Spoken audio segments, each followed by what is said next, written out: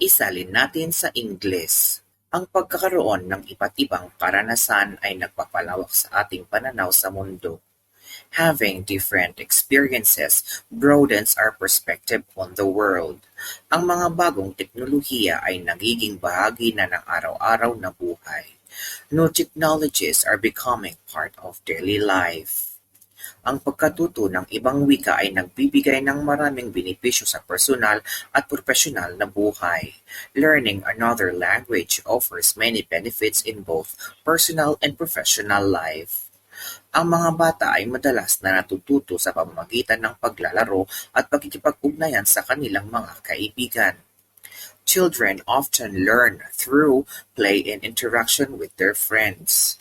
Ang mga modernong kagamitan sa bahay ay nagpapadali ng mga pang-araw-araw na gawain.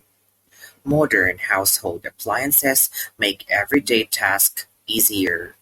Ang pagbibigay ng dugo ay isang mahalagang paraan upang makatulong sa mga nangangailangan.